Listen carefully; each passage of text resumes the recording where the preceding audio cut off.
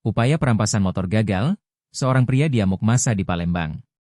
Seorang pria bernama Repi Pradika, 29, babak belur setelah dihajar massa akibat diduga hendak merampas motor milik seorang tukang ojek pangkalan.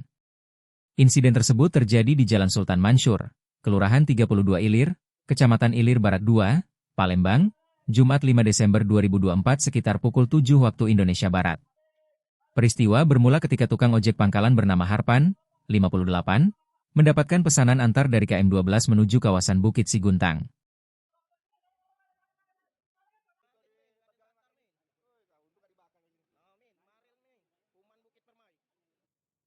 Dari KM12 dia nyetop ojek, bukan dari online, tapi objek yang pengkolan. ya, ojek pengkolan. Kemudian dinaikinnya dia minta antar di daerah Sultan Mansur. Kemudian di situ dia ngomong dengan tukang ojeknya, saya pinjam dulu motor kamu, tapi tukang ojek nggak mau. Dia mengeluarkan sajam dan langsung dikeroyok massa. Sempat kabur tapi Ya, sempat kabur. Alhamdulillah anggota kita patroli dan terlihat sehingga bisa kita amankan.